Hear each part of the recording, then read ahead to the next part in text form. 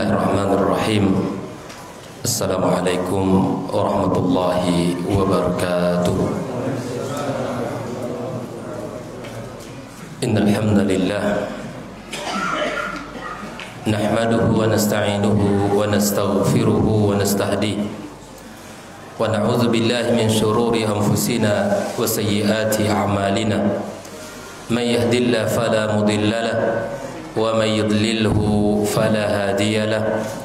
Asyhadu an la ilaha illallah wahdahu la syarika lah wa asyhadu anna Muhammadan abduhu wa rasuluhu alladzi ballagha ar-risalah wa adda al-amanah wa nasaha al-ummah wa jahada fillahi haqqa jihadihi fa salawatu rabbih wa salamu alayhi.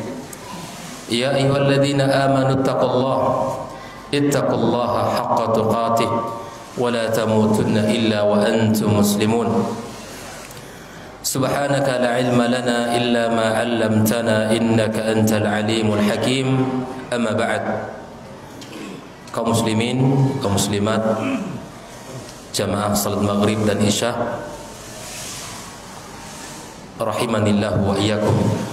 Alhamdulillah, kembali kita bersyukur kepada Allah tabaraka wa taala yang mempertemukan kita semua dalam majelis yang mulia ini pada tempat yang paling mulia di muka bumi, rumahnya. Mudah-mudahan bertemunya kita di rumah Allah dalam suasana keimanan dan ketakwaan kepada Allah, serta dalam majelis yang mulia pula, menjadikan kita orang-orang yang diangkat derajatnya di sisi Allah Subhanahu wa taala. Salawat dan salam kita sampaikan kepada junjungan alam Nabi besar Muhammad sallallahu alaihi wasallam. Semoga kita diberi taufik oleh Allah untuk senantiasa meningkatkan ittiba, kecintaan, loyal kita kepada Rasulullah sallallahu alaihi wasallam. Kemudian tak lupa kita berdoa kepada Allah. Doa yang kita panjatkan untuk orang tua kita, ibu bapa kita yang telah membesarkan dan mendidik kita. Semoga Allah ampunkan dosa mereka, Allah angkat derajat mereka di sisi Allah tabaraka wa taala. Untuk para guru, para ustaz, para duat yang telah mengajari kita ilmu, semoga Allah ampunkan dosa mereka dan Allah jadikan mereka orang-orang yang selalu istiqamah di jalannya. Kepada seluruh kaum muslimin yang senantiasa mengajari dan membimbing kita, yang telah berbuat baik kepada kita semuanya. Malam ini kita akan membahas kelanjutan dari tipu daya syaitan pada bagian kedua. Setelah kita membahas metode-metode syaitan untuk menyesatkan kita, sekilas pada pertemuan sebelumnya kita bahas bahwa di antara metode yang paling manjur bagi syaitan adalah tazyinul batil, memperindah kebatilan. Dia buruk pada hakikatnya, tapi dia dibuat indah oleh syaitan. Yang kedua, memberikan nama-nama untuk sebuah maksiat dengan nama-nama yang indah, sebutan-sebutan indah. Saya sebutkan contoh kemarin, kalau orang-orang di zaman jahiliyah, orang yang menghidangkan khamar itu disebut bintul kiram, orang yang dermawan, orang baik hati, itu kan. Dan sebaliknya, tipu daya syaitan membuat amal baik ini disebut dengan sebutan yang buruk. Jadi kalau ada hari ini orang yang mengatakan, orang yang berpegang teguh dengan agama, iltizam dengan sunnah, dengan sebutan-sebutan yang buruk, disematkan kepada kita sebutan-sebutan yang jelek, itu perkara yang sudah ada sebelumnya, ya. Barangnya itu juga,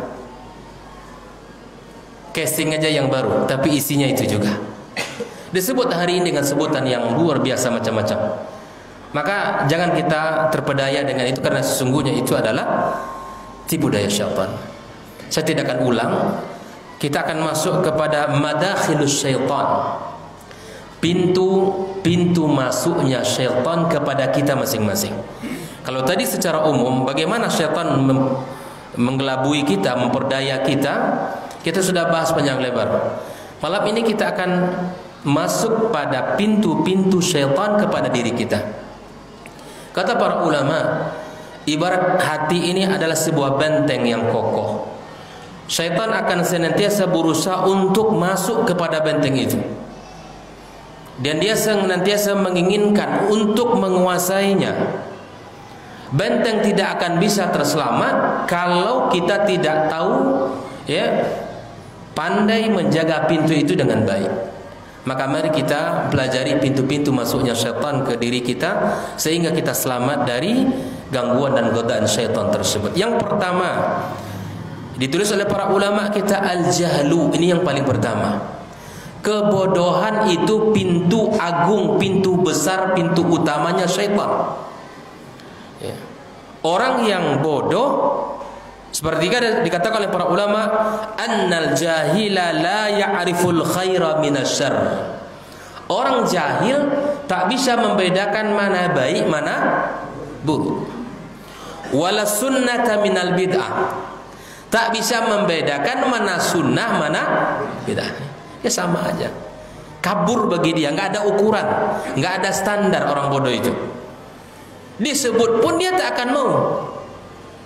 Disampaikan pun kita ini tidak benar, ini bukan panduan. Tapi dia memang seperti itulah adanya. Makanya bagi orang yang bodoh, cara menjawabnya ditinggalkan. Kalau kita sampaikan pun dia tak akan bisa. Makanya kata para ulama, barang siapa yang berbicara pada satu perkara yang bukan dia ahlinya, maka dia akan berbicara dengan perkara yang aneh-aneh. Ini sok tahu dia nanti. Kalau bahasa kita sok tahu ya. Padahal dia tidak tahu. Dia tidak akan bisa membedakan. Nah, banyak sekali kata para ulama, farubbama awqa'ahu fi syarri wa huwa yahsabu annahu khair. Banyak sekali orang yang terjatuh kepada keburukan, dia tidak tahu itu keburukan. Ini kita berlindung kaum muslimin dari perkara yang seperti ini. Apalagi dalam urusan agama kita. Kita kira ini baik, kita kira adalah perkara yang dicintai Allah.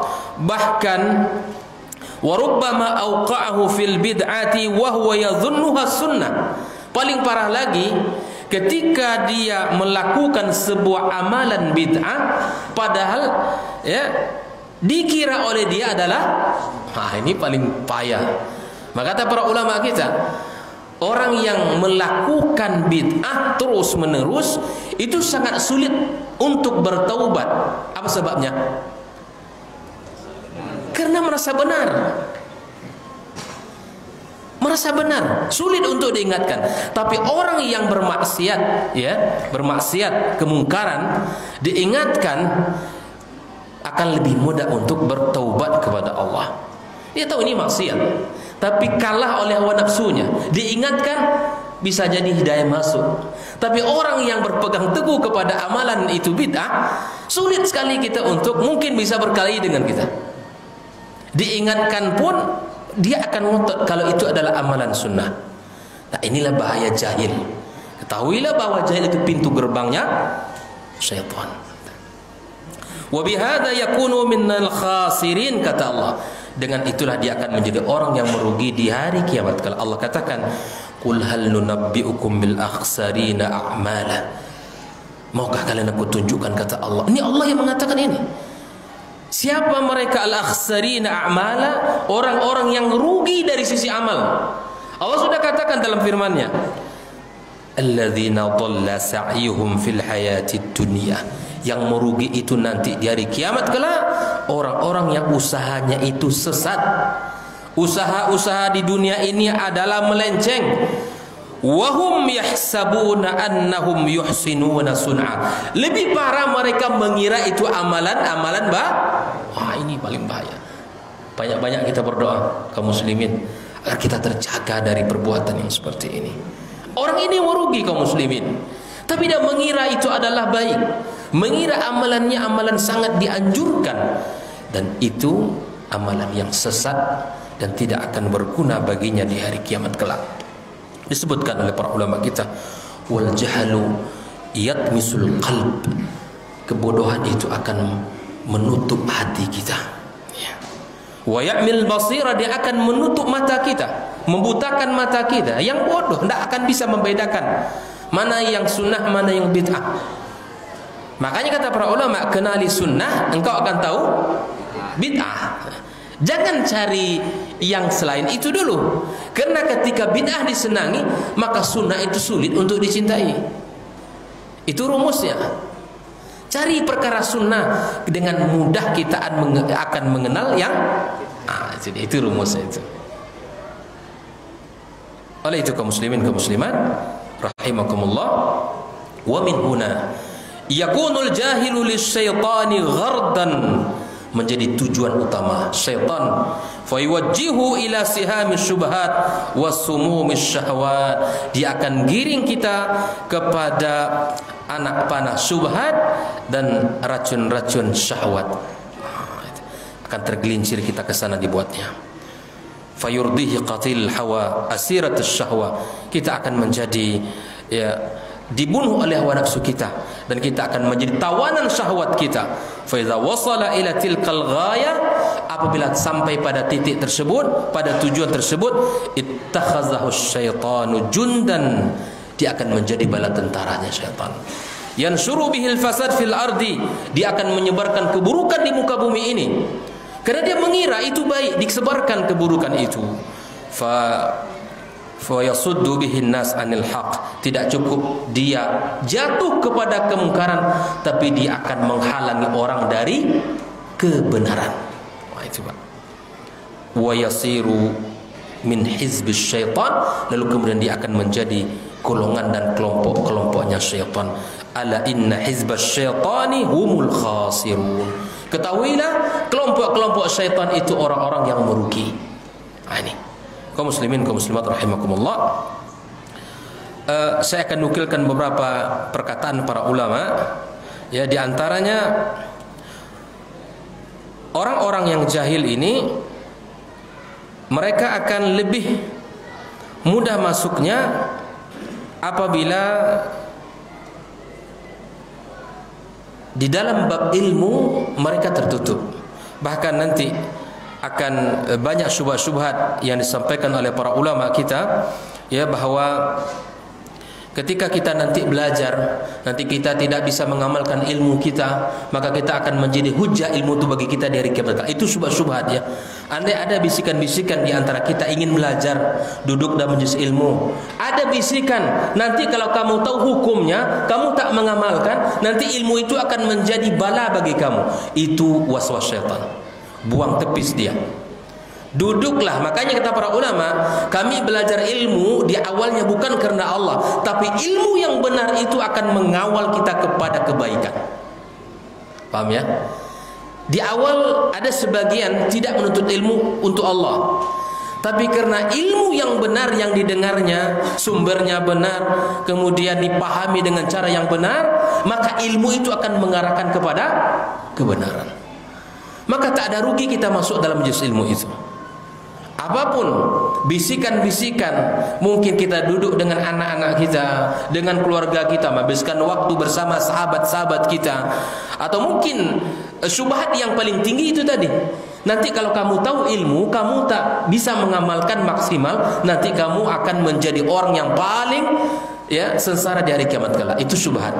Jauhkan itu. Itu gangguan-gangguan syaitan yang akan membuat kita malas untuk belajar, dan akhirnya kita terus bodoh dan kita terus menjadi orang yang tidak tahu dalam urusan agama kita. Kaum muslimin, kaum muslimat rahimakumullah, Ali bin Abi Thalib radhiyallahu taala anhu mengatakan, "Ughdu aliman." Ini, jadilah kamu orang alim. Ini yang pertama. Au muta'alliman. Kalau kita tidak bisa menjadi orang alim, maka jadilah kita tingkatan yang kedua, yaitu para penuntut ilmu. Kalau kita tidak bisa menjadi orang pada tingkat level yang kedua, maka jadilah level yang ketiga, au mustami'an. Kita ini jadi pendengar ilmu, duduk dalam majelis ilmu, dari sekian banyak ayat hadis yang disampaikan, mudah-mudahan satu dua ayat, dua hadis, satu hadis nyangkut masuk ke dalam jiwa kita. Au muhibban. Yang keempat, kalau tak bisa menjadi orang alim atau tidak bisa level pelajar, penuntut ilmu atau pendengar, atau paling tidak kita mencintai ahli ilmu. Mencintai ilmu atau ahli ilmu, mencintai semua. Kita cinta kepada ilmu, kita cinta kepada para ulama, ya, kita ahli ilmu kita muliakan. Ya. Maka kata Ali, wala takun khamisan. Jangan engkau menjadi orang yang kelima yang tidak masuk kepada golongan yang keempat ini. Ndak alim, ndak pelajar, ndak suka belajar, atau ndak mendengar, atau ndak pula mencintai ahli ilmu, bahkan memusuhi ahli. Apa kata Ali? Kamu akan binasa. Nah, sekarang masuklah kita. Bagian mana kira-kira ini? Mudah-mudahan sudah level yang pertama. Nah, atau paling tidak level yang kedua. Kita ini penuntut ilmu semuanya. Kita nih, saya semua penuntut ilmu kita semuanya. Kita adalah penuntut ilmu, dan mudah-mudahan kita Allah muliakan kita, Allah gabungkan kita kepada kafilah para ulama. Dulu para ulama, ya, orang-orang dulu di zaman salaf as-salih, mereka mengatakan, kami ini orang-orang kaya. Saya sampaikan kepada kaum muslimin yang memiliki harta ini. Kata para orang-orang kaya di zaman dahulu, kami ini tidak punya ilmu, tapi kami ingin menjadi orang bagian masuk kepada kafilah ahli ilmu. Cara mereka apa? Mereka wakafkan harta mereka di jalan Allah untuk ahli ilmu. Dulu Pak, kalau ahli ilmu menulis buku itu ditimbang seberapa berat timbangan buku yang ditulisnya, diganti dengan emas. Ada orang gini cerita itu, malu nada ya. Insyaallah di Bangkinang ini muncul begitu. Wakaf fuqaha, ulama itu disuruh belajar. Kamu jangan sibuk dengan dunia. Kami, harta kami ini Allah titipkan ke kami berikan untuk kamu. Disebut dengan wakaf fuqaha, para ulama. Di ulama itu puluhan kitab-kitab ditimbang tuh Pak. Ditimbang berapa berat buku itu, dibalas dengan emas. Dulu zaman dulu begitu. Begitu suasana ilmu dulu Pak. Kehidupan dulu tuh, makanya mereka ini mulia. Maka semakin jauh dari generasi mereka, semakin jauh dari ilmu, semakin tidak mulia diri kita di sisi Allah Subhanahu wa taala. Oleh itu kaum muslimin, kaum muslimat, mari kita berusaha menjadikan diri kita alim atau muta'alim atau mustami' atau muhib. Jangan jadi kelompok yang kelima, yaitu yang keluar dari kelompok yang keempat ini, kita akan binasa. Itulah kata Ali bin Abi Thalib radhiyallahu taala an. Wa min al-ajab,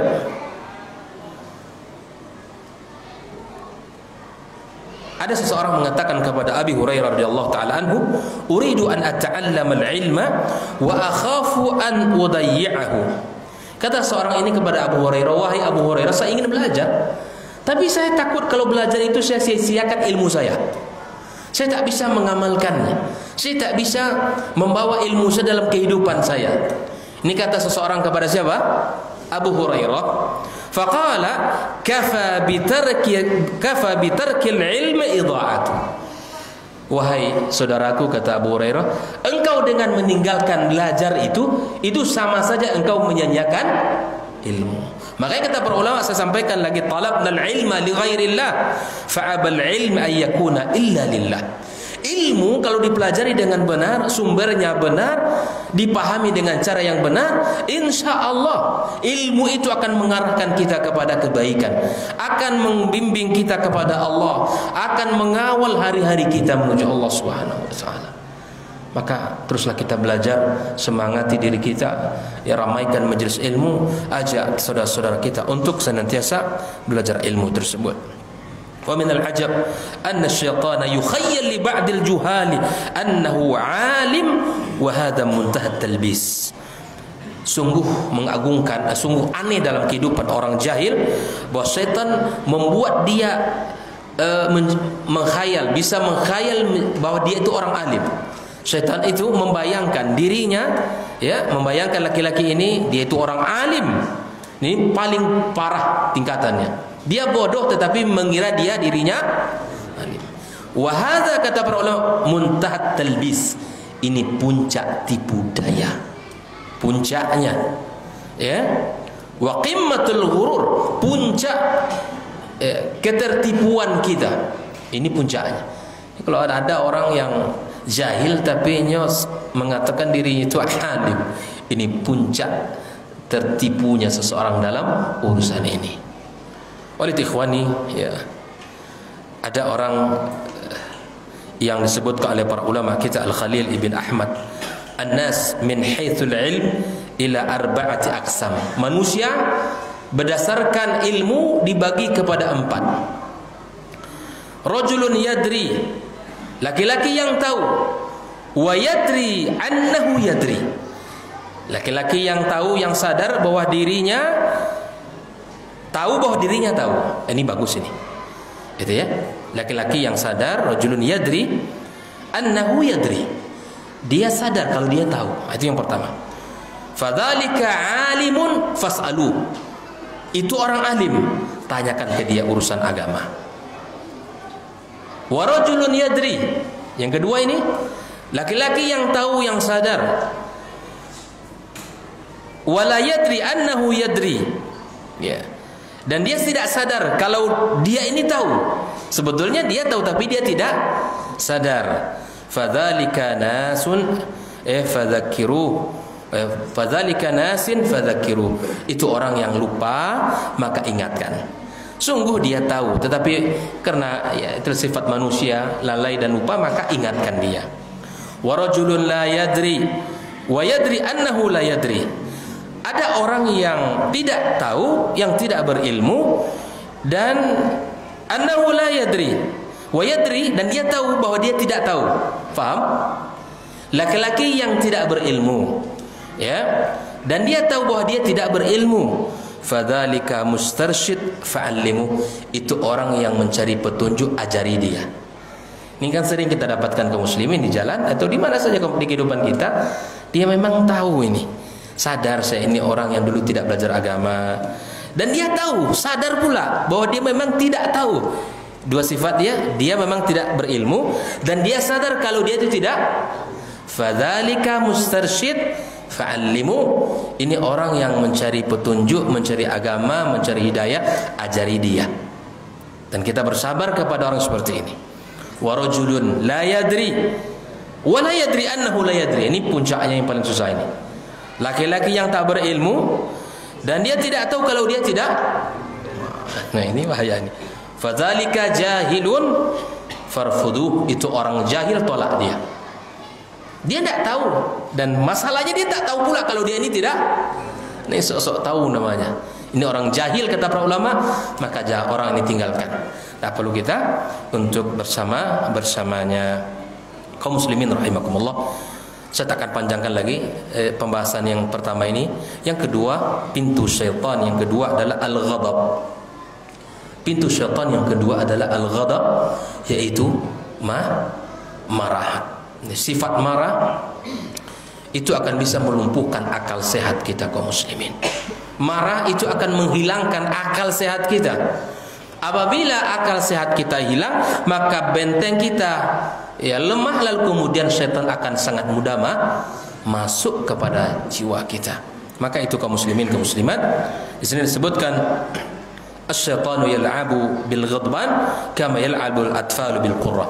Syaitan itu akan bermain-main dengan sifat amarah kita sebagaimana seorang anak senang bermain dengan bola. Itu di lambung-lambung kita ada syaitan itu. Ini yang memiliki amarah, sifat marah yang berlebihan, maka tolong kita lihat beberapa poin berikut ini sehingga kita tahu bahwa sesungguhnya itu ternyata adalah pintu-pintu yang paling besar bagi syaitan untuk masuk ke dalam jiwa kita. Mungkin marah kepada istri kita, pasangan kita, atau mungkin kepada anak-anak kita, keturunan kita. Dan saya sering sampaikan dalam kajian kita bahwa puncak tujuan yang paling tinggi godaan syaitan atau rayuan syaitan, bahaya syaitan adalah memisahkan kedua pasangan suami istri. Ini tolong diingat-ingat betul. Seburuk apapun kondisi kita kaum muslimin, hindari yang namanya ungkapan untuk menceraikan itu. Tahan emosi kita. Kita sering mendengarkan hadis yang sahih ini hadis sahih. Saya sering katakan kepada kita semua bahwa ketika kita dalam kehidupan rumah tangga, anggaplah kita dan pasangan kita adalah sebuah atau karyawan di sebuah perusahaan yang namanya rumah tangga itu. Milik rumah tangga, milik perusahaan itu adalah Allah. Kalau kita pakai sifat itu, kita, pasangan kita, masing-masing dari kita ada karyawan dalam sebuah perusahaan besar yang namanya rumah tangga, pemiliknya adalah Allah, maka akan sangat mudah ketika istri kita lalai. Kalau bunda begitu, maka saya khawatir Allah murka kepada bunda. Sudah selesai. Ini urusan gampang sekali, mudah sekali kita akan mengingatkan. Dan begitu pun seorang istri mengingatkan suami ketika lalai di dalam kewajiban ibadah-ibadahnya dan seterusnya, maka ingatkan dengan apa yang dikatakan. Kita patuh, karyawan yang taat dan patuh, dia akan menerima bonus, dia akan menerima ganjaran dari sang pemilik perusahaan itu, Allah tabaraka wa taala. Ingatkan masing-masing pasangan kita, sehingga apa kaum muslimin, kita akan tidak akan menjadi perkara besar dari setiap perkara-perkara yang ada. Ini terkadang karena emosi di rumah tangga, perkara kecil saja bisa tidak tegur sapa sampai 2 atau 3 hari di rumah. Ya, mungkin istri lambat menghidangkan makanan dan apa saja, mungkin banyak hal yang akan menyebabkan kita marah kepada keluarga kita. Maka itu ikhwani, ketahuilah marah merupakan pintu besarnya syaitan untuk masuk kepada kita. Anas bin Malik radhiyallahu taala anhu berkata, anan Nabi sallallahu alaihi wasallam marra ala qaumin yastari'un. Nabi satu ketika lewat kepada satu kaum yang mereka ini bergulat, ya. Qal ma hadza? Qalu fulan ma yusari ahadan illa sar'ahu. Ini laki-laki ini tak ada satupun yang melawannya, ya, kecuali dia kalahkan. Nah, ini kuat apa tidak? Kuat, ya. Qala, maka Nabi coba lihat, ini standar agama. Yang kuat bukan fisiknya, tapi yang kuat itu kata Rasulullah, afala adullukum ala man huwa asyaddu min? Maukah kalian aku tunjukkan orang yang lebih kuat dari laki-laki yang kalian katakan kuat ini? Qala rajulun kallamahu rajulun faqadama ghaidha faghalaba wa ghalaba syaitana sahiba. Laki-laki yang bicara kepada laki-laki, kemudian mereka bertengkar, kemudian dia bisa menahan amarah itu, lalu kemudian dia bisa mengalahkan syaitan, mengalahkan hawa nafsunya. Inilah orang yang kuat itu. Dalam hadis yang lain disebutkan, yang kuat itu kata Rasulullah sallallahu alaihi wasallam, laisa asy-syadidu bis-sur'ah, innamas syadidu alladhi yamliku nafsahu indal ghadab. Bukanlah yang kuat itu adalah orang yang masya Allah hebat, ototnya besar, ya, kuat dia di dalam mengalahkan, menggulat saudaranya. Bukan itu kata Nabi. Tapi yang kuat dalam standar agama kita adalah orang yang mampu menahan, mengendalikan emosi dirinya. Oleh itu kaum muslimin, mari kita redam emosi kita, khusus kepada keluarga dan anak-anak kita. Dalam suasana seperti ini bikin emosi itu banyak sekali. Masalah belajar di rumah, saya membaca beberapa informasi, ada anak Pak yang dibunuh langsung oleh suami istrinya. Itu di Jawa. Waliyadzubillah. Anak tidak paham dengan tugasnya. Ayah sibuk dengan pekerjaannya, ibunya pun sibuk dengan pekerjaannya. Mengadulah kepada ayah dan maknya untuk belajar. Tak faham-faham, dikasih solusi, dikuburkan di belakang rumahnya. La haula wala quwwata illa billah. Ini musibah di atas musibah. Oleh itu kaum muslimin, ini perkara-perkara yang patut kita lakukan evaluasi dalam kehidupan kita bersama. Kaum muslimin, suatu ketika seorang laki-laki bertanya kepada Rasulullah sallallahu alaihi wasallam, "Ya Rasulullah, dullani ala amalin yudkhilnil jannah." Tunjukkan kepadaku satu amal yang dengannya aku masuk surga. Pertanyaan para sahabat ini luar biasa. Yang ditanyakan perkara yang bisa memasukkan ke dalam surga.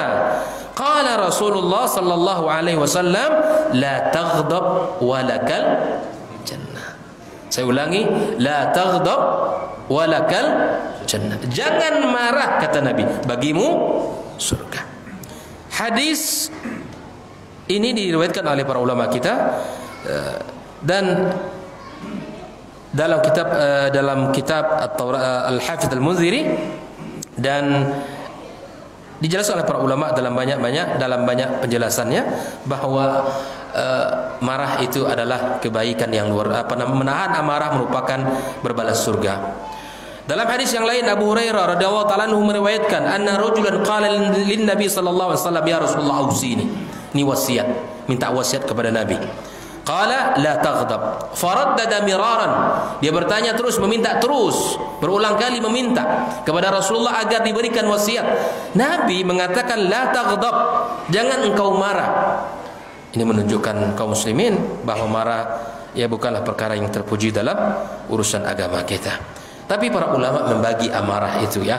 Ada amarah memang yang dibolehkan marah. Kalau Nabi kita dihina, syariat ini ya dilecehkan, maka patutlah kita untuk sebagai bentuk keimanan kita, kecintaan kita kepada Rasulullah sallallahu alaihi wasallam. Diam itu menunjukkan lemahnya iman kita. Maka di antara bukti cinta kita kepada Rasulullah sallallahu alaihi wasallam adalah mencintainya ketika dia hidup dan mencintai sunnahnya yang ditinggalkan olehnya. Oleh itu kaum muslimin, kaum muslimat rahimakumullah, di dalam beberapa cara bagaimana caranya kita untuk menghilangkan emosi kita. Yang pertama adalah aista'iza billahi minasyaitonir rajim. Ini yang pertama sekali. Apa? Kita berta'awuz, berlindung kepada Allah ya dari syaitan yang terkutuk. Ini yang pertama. Yang kedua, ayatadzakkara thawaba kazmil ghaidhi wa ajri al-azim. Hendaklah dia mengingat-ingat betapa besarnya pahala menahan emosi itu. Bahkan di antara ciri orang muttaqin Allah sebutkan wal kadhiminal ghaidha, orang-orang yang menahan emosinya, wal afina 'anin nas, dan memberikan maaf kepada orang.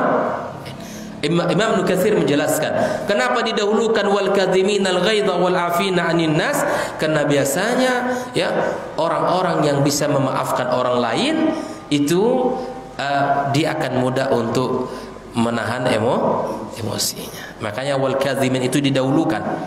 Ya, orang yang bisa menahan emosi maka sangat mudah untuk memberikan maaf kepada orang lain itu. Kaum muslimin, kaum muslimat rahimakumullah. Yang ketiga, ayaskut. Kuncinya diam. Ya, disebutkan di sini ya, man kana yu'minu billahi wal yaumil akhir falyakul khairan aw liyasmut. Hadisnya sahih. Yang beriman kepada Allah dan hari akhir, hendaklah dia berkata baik atau lebih baik diam. Dalam rumah tangga kita, saya sering sebutkan contoh dalam rumah tangga sajalah. Ya, maka kuncinya kita diam, terus dibalas. Kalaupun mungkin istri kita benar ya sudah, atau mungkin kita benar tapi istri kita terus bicara ya, lebih baik kita untuk lebih diam, dan itu lebih baik untuk rumah tangga kita. Kemudian yang keempat, ayat jelisa awit taji'ah. Cepat sekali ya. 2 menit, baik. Hendaklah kita duduk atau berbaring. Kalau kita emosi kita dalam kondisi berdiri, hendaklah kita duduk. Duduk tidak hilang juga, maka hendaklah kita berbaring. Ini dia hadis marfu'. Idza ghadiba ahadukum wa huwa qa'imun fayajlis fa idz dhahaba anhu al-ghadab wa illa falyattaji. Ini Nabi yang menyuruh kita. Kalau kita berdiri, emosi duduk. Duduk tidak juga hilang emosi, maka berbaring kita, baring. Ya, baring. Ini hadis riwayat Abu Dawud dan kitab sunannya. Kemudian yang kelima, ayatafaqqara fi qubhi manzarihi indal ghadab. Ingat-ingat buruk rupa ketika orang marah itu. Dan kalau ada kacau nampak depan itu. Emosi itu seperti apa muka kita. Apa namanya, kalau seandainya kita bisa marah depan kaca, tengok muka kita. Seperti apa? Ya, wahada mimma yuskinu. Ini akan membuat dirinya tenang. Rupanya tak elok muka kita ya ketika kita emosi tersebut. Amma ahaditsul wudu' indal ghadab fala yasih. Sebagai ulama mengatakan hadis tentang wudu ya, berwudu itu fihi kalam indal ulama, wallahu taala bisawab. Kemudian yang keenam, ayatadzakkara jazaa' sufh wa thawabu 'inda Allah tabaraka wa taala. Ya, kita mengingat pahala memberikan maaf, memberikan ya pengampunan ya kepada orang yang telah berbuat salah kepada kita. Berikutnya yang ketujuh, ayatarafa bi nafsihi 'anis sabab wal kadhab wal la'n wasyatam. Jauhkan diri kita dari bicara-bicara yang tidak baik, seperti kita mencaci maki, kita menunjuk-nunjuk, kemudian berkata-kata kotor dan seterusnya. Kita jauhkan, karena itu sifat safih, sifat orang yang tidak berakal. Maka saya katakan di awal, orang yang marah itu menghilangkan akal sehat kita. Hilang akal sehat kita. Jangan sampai emosi sesaat membuat kita hilang dalam pikiran kita. Wallahu ta'ala shawab. Bismillahirrahmanirrahim. Alhamdulillah wassalatu wassalamu ala Rasulillah wa ala alihi wa sahbihi wa mawala. Pintu syaitan yang berikutnya adalah tulul amal, yaitu panjangnya angan-angan. Fa innal abda idza tala amaluhu, apabila angan-angannya itu panjang, sawwafa fi amalihi, dia akan menunda-nunda amal. Wa ammara dunyahu wa kharraba ukhra, dia akan selalu bekerja untuk dunia, dia tidak akan pernah kendor untuk dunia ini, dan dia rusak kehidupan akhiratnya, dia tinggalkan bekal untuk akhiratnya. Qala Abu Hurairah radhiyallahu taala anhu, sami'tu Rasulullah sallallahu alaihi wasallam yaqul, la yazalu qalbul kabir syaban fi ithnatayn, hubbud dunya wa tulul amal. Ada dua hal yang tidak akan pernah tua di hati seseorang walaupun usianya sudah tua. Usia tua, kulit sudah mulai keriput, uban sudah mulai tumbuh, pandangan sudah mulai berkurang, pendengaran juga begitu. Tapi dua hal ini tidak akan pernah tua, tidak akan pernah rusak, bahkan terus muda. Apa saja yang menjadikan hati kita ini, yang menjadikan dalam diri kita ini muda? Dua hal. Yang pertama, hubud dunia. Cinta dunia tak akan pernah kendor dalam diri kita walaupun dia sudah tua. Tak akan lemah dia, cinta dunia itu. Dia akan terus manis dan tumbuh dalam kehidupan kita kaum muslimin. Yang kedua, tulul amal, angan-angan yang panjang. Seakan-akan kita masih banyak hidup, seakan-akan kita sudah masih ada kesempatan sekian banyak, padahal semua itu adalah akan mengantarkan kita kepada penyesalan. Inilah dua hal yang tidak akan pernah tua dalam diri manusia walaupun usianya sudah tua. Ya, walaupun dia sudah tua, tapi dua hal ini kita tidak akan temukan ya, menua bersama tua usia dia. Dia akan terus syab, terus muda, terus tumbuh dalam diri seseorang walaupun dia sudah tua. Cinta dunia dan angan-angan yang panjang. Al-Imam Al-Bukhari menukil perkataan Ali bin Abi Thalib radhiyallahu taala anhu dalam kitab sahihnya, irtahalatid dunya mudbiratan, dunia pergi meninggalkan kita kaum muslimin. Wartalatil akhiratu muqbilah, akhirat datang menyambut kita. Itu kata beliau. Dunia pergi meninggalkan kita, akhirat datang menyambut. Walikulli wahidatin minhuma banun, masing-masing dari keduanya punya pengikut, punya anak-anak yang mencintainya. Fakunu min abna'il akhirah, maka jadilah kita semua para pengikut, para pecinta akhirat kita. Semoga Allah jadikan kita kaum muslimin orang-orang yang terus bersiap diri untuk bertemu dengan Allah Subhanahu wa taala. Wala takunu min abna'id dunya, dan janganlah kalian menjadi orang-orang para pecinta-pecinta dunia. Fa innal yawma amalun wala hisab, hari ini amal, besok itu hisab. Makanya hari ini kalau kita ingin tahu pahala majlis, tidak dapat kita, tidak tahu kita pahala salat berjamaah, kita tidak bisa melihat pahala birrul walidain, pahala infak yang saudara keluarkan tadi, belum nampak semuanya itu. Karena memang tabiat dunia amal wala hisab, belum dihitung. Wa ghadan hisabun wala amal, sebaliknya hari esok itu adalah hari di mana hisab itu berlaku, kesempatan beramal tidak lagi ada. Kenalilah baik-baik sifat dunia, dan marilah kita bersikap seperti apa yang telah dicontohkan Rasulullah dan para sahabat, di mana mereka semuanya mencintai dunia, meninggalkan dunia, dan cinta kepada Rasulullah sallallahu alaihi wasallam, mencintai agama. Ketika kita melihat kehidupan para sahabat kaum muslimin, mereka semuanya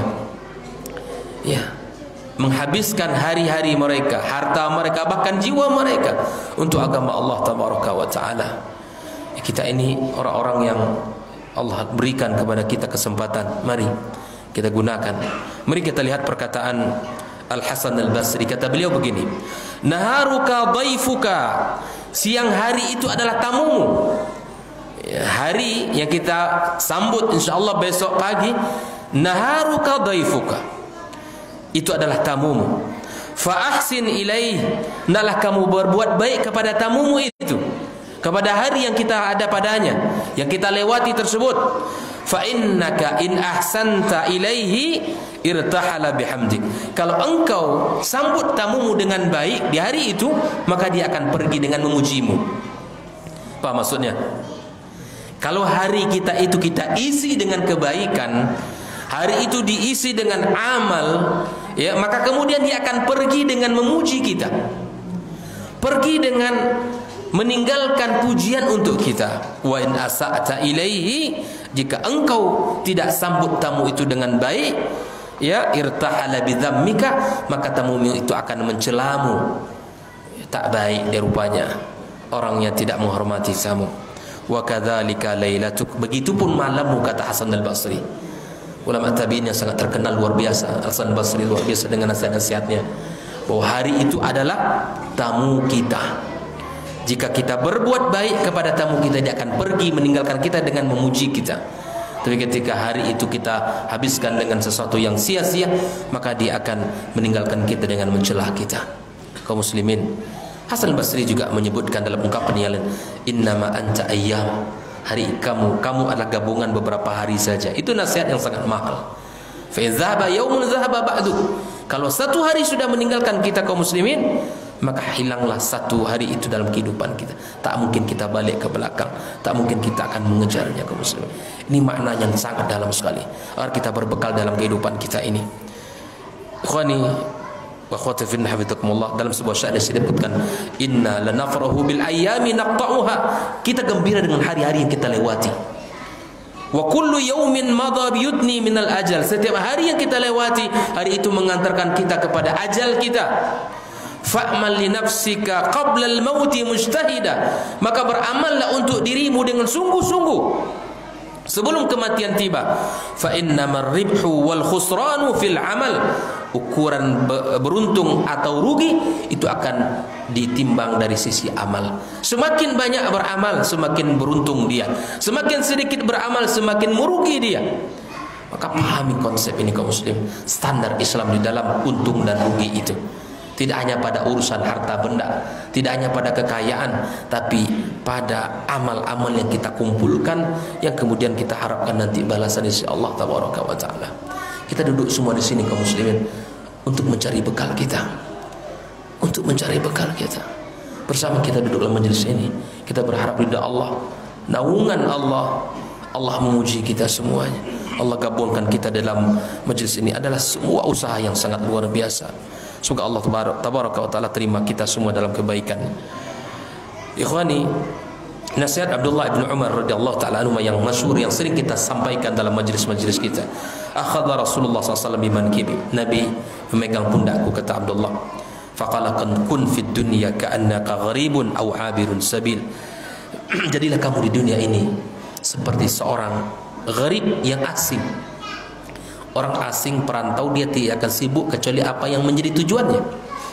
Orang yang perantau tidak akan sibuk kecuali memang apa yang menjadi tugasnya. Tidak fokus dia kepada yang lain, tapi fokusnya pada tujuan dia, untuk apa dia datang. Ya. Katakan kita umroh ke Mekah, itu asing bagi kita karena bukan negeri kita. Yang kita kerjakan apa?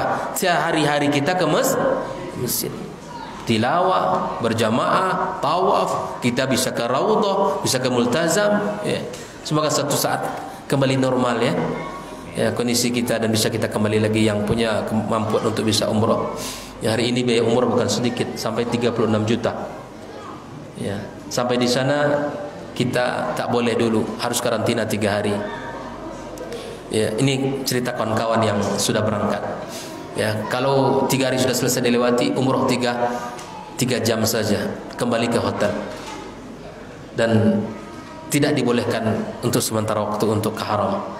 Tapi kalau akidah kita benar, yakinlah, Ketika kebiasaan kita sehat, datang umrah, kita tawaf, kita kita datang salat berjamaah, tapi insyaallah yakinlah, kalaupun kondisinya hari itu kita tidak bisa salat, insyaallah pahalanya kita dah. Ini juga kita dapatkan dalam masa muda kita sehat, kita duduk, kita terus majelis ilmu, ke masjid terus kita berjamaah. Satu hari nanti Allah berkehendak kita tidak mampu lagi ke masjid, tapi hati kita ini cinta ke masjid luar biasa, insya Allah jangan bersedih, kita akan mendapatkan pahala orang walaupun kita salat di rumah kita. Itu pentingnya ilmu itu. Itulah pentingnya ilmu itu. Oleh itu ikhwani, au adil sabil, yang kedua, jadilah orang seperti para pejalan musafir yang ditujunya adalah, yang difokuskan olehnya adalah sesuatu yang menjadi tujuannya. Fokuslah kita pada sesuatu yang dicintai Allah dan Rasulnya. Fokuslah kepada bekal kita di dalam kehidupan akhirat. Semoga Allah berkahi kita semua. Semoga Allah berikan taufik kepada kita. Oleh itu ikhwani, Ibnu Umar mengatakan, "Idza amsayta fala tantazirus sabah, wa idza asbahta fala tantazirul masa."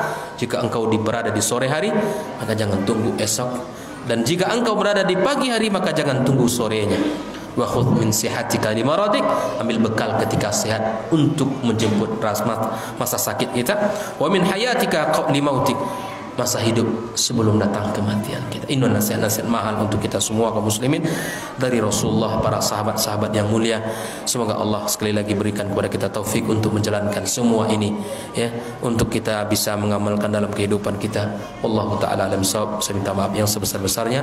Barakallahu fikum. Subhanakallahumma wa bihamdik, asyhadu an la ilaha illa anta, astaghfiruka wa atubu ilaik. Assalamualaikum warahmatullahi wabarakatuh.